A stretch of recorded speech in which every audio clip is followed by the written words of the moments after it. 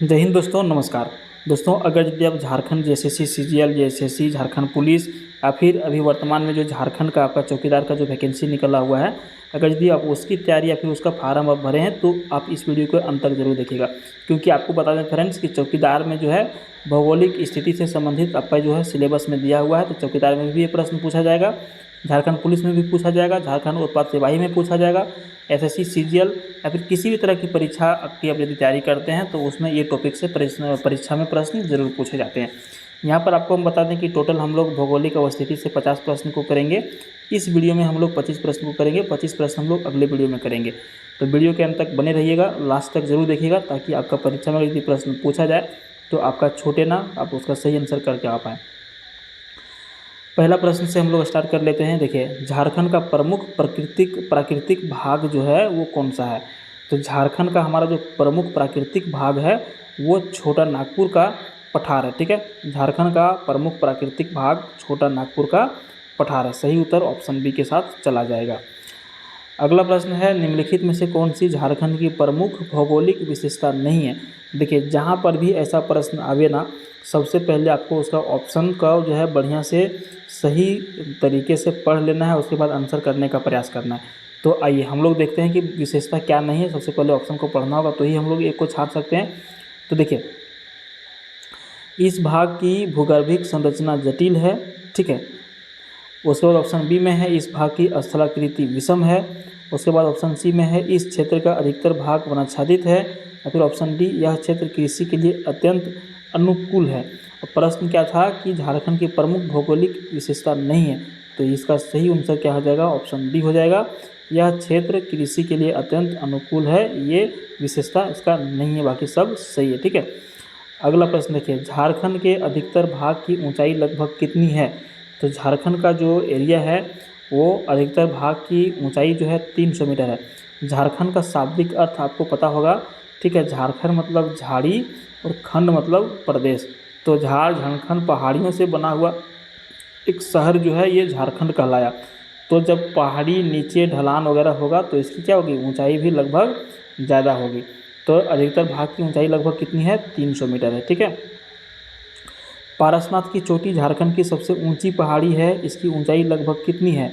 तो बिल्कुल सही आंसर हो जाएगा 1365 मीटर। पारसनाथ की पहाड़ी जो है झारखंड के गिरिडीह जिला में स्थित है और ये झारखंड की सबसे ऊंची चोटी है। यहाँ पे जैन धर्म से संबंधित तीर्थकार लोग भी भ्रमण के लिए जाते हैं। ठीक है, अगला प्रश्न देखिए, झारखंड में निर्मित चट्टानें जो है वो किस काल की हैं? झारखंड में जो चट्टान निर्मित हुए वो किस काल में निर्मित हुए? तो यहाँ पे इसका सही आंसर ऑप्शन डी हो जाएगा, यानी कि आर्कियन तथा विंध्यन, गोंडवाना की और गोंडवाना की टर्सीरी काल के बाद की। ये सभी जो है क्या है? झारखंड में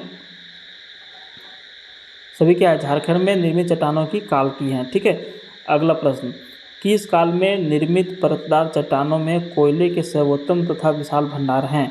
तो सही उत्तर हो जाएगा, गोंडवाना काल में निर्मित परतदार चट्टानों में कोयले के सर्वोत्तम तथा विशाल भंडार पाए गए हैं। अगला प्रश्न है, निम्नलिखित में से कौन सी झारखंड की सबसे पुरानी भूगर्भिक संरचना है? तो सही उत्तर हो जाएगा, निम्नलिखित में से आर्कियन जो है वो झारखंड की सबसे पुरानी भूगर्भिक संरचना है।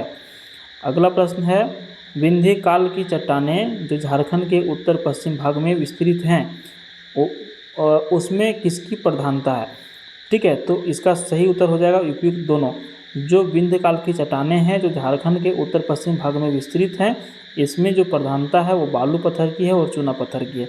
ठीक है, अगला प्रश्न देखिए, झारखंड के किस भाग में राजमहल टाइप की चट्टानें पाई गई हैं? तो झारखंड का जो उत्तर पूर्व भाग है वहाँ पर राजमहल टाइप की चट्टानें क्या हुई है? पाई गई हैं। ठीक है, अगला प्रश्न देखिए, छोटा नागपुर पठारी भाग के दक्षिणी सिरे पर पाई जाने वाली प्राचीनतम परतदार चट्टानों को किस नाम से जाना जाता है? तो इसका सही उत्तर हो जाएगा ऑप्शन बी, धारवाड़। ठीक है, ऑप्शन बी हो जाएगा धारवाड़, कि छोटा नागपुर की जो पठारी भाग के दक्षिणी सिरे पर पाई जाने वाली प्राचीनतम परतदार चट्टान जो है उसको धारवाड़ के नाम से जाना जाता है। अगला प्रश्न है, झारखंड में रूपांतरित परतदार चट्टानों का सर्वाधिक अच्छा विकास कहाँ पर हुआ है? तो यहाँ पर इसका बिल्कुल सही आंसर हो जाएगा ऑप्शन सी, कोल्हान की पहाड़ी जो है वहाँ पर रूपांतरित परतदार चट्टानों का सर्वाधिक और सबसे अच्छा विकास हुआ है। ठीक है, अगला प्रश्न हम लोग देखेंगे, कोल्हान की पहाड़ी में मिलने वाली रूपांतरित परतदार चट्टानें किस नाम से प्रसिद्ध हैं? तो कोल्हान की पहाड़ी में मिलने वाली जो रूपांतरित परतदार चट्टानें जो है वो आपका आयरन और सीरीज के नाम से फेमस है। ठीक है, प्रसिद्ध है।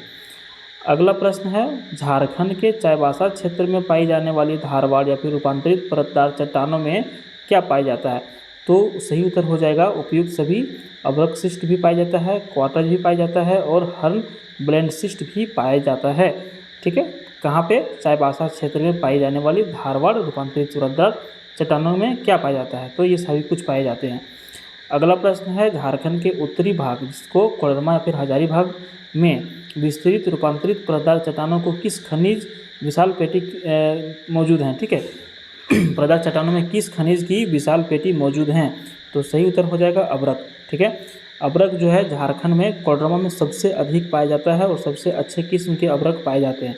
सबसे अधिक कोडरमा में, कुछ भाग हजारीबाग और कुछ भाग गिरिडीह में भी झारखंड में अभ्रक पाए जाते हैं। ठीक है,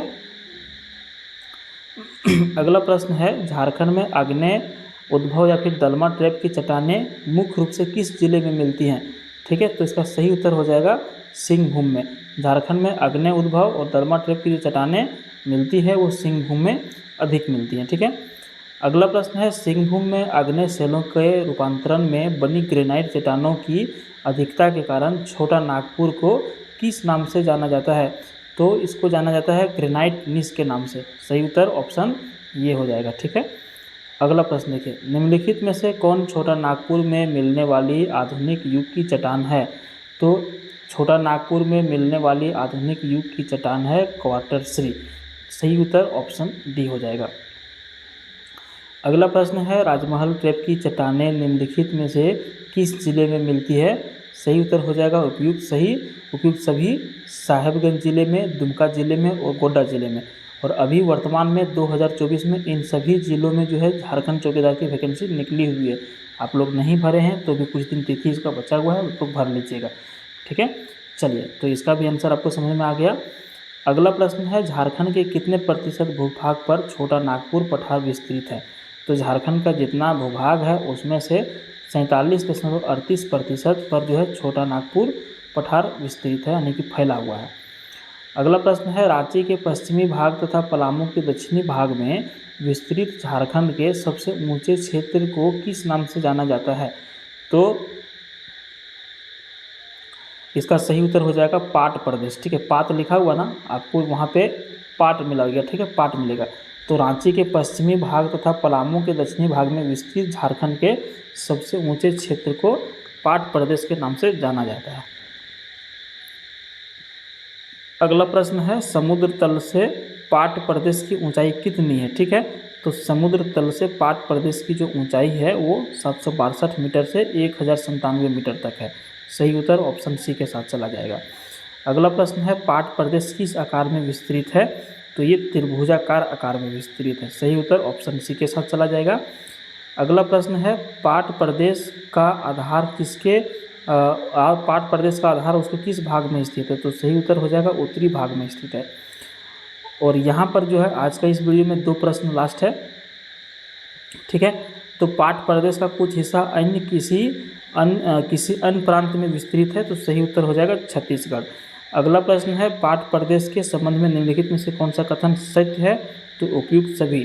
ठीक है, तो उपयुक्त सभी में कौन कौन सा है कि यह जो है चौरसनुमा ऊंची विच्छेदित पहाड़ियों से बना है। बिल्कुल सही है। यहाँ दक्कन ट्रैप की लार्वा निर्मित चट्टान मौजूद है। बिल्कुल सही है। इसके पूर्वी भाग में नूतन काल की चट्टानें पाई गई है। ये भी बिल्कुल सही है। तो आपको हम बोले थे कि आज के इस वीडियो में हम लोग 25 प्रश्न को कंप्लीट करेंगे और नेक्स्ट वीडियो में हम लोग 25 प्रश्न को कंप्लीट करेंगे। तो कल का जो वीडियो आपका आने वाला है उसमें हम लोग इन सभी प्रश्नों का जो है आंसर जो है जानने का प्रयास करेंगे, समझने का प्रयास करेंगे और प्रयास करेंगे कि आपका जो परीक्षा में जो प्रश्न पूछे जाएँ वो यहाँ से उठाए जाए। ठीक है, तो आज के इस वीडियो में इतना ही। मिलते हैं फिर हम लोग कल जो है अगले वीडियो में।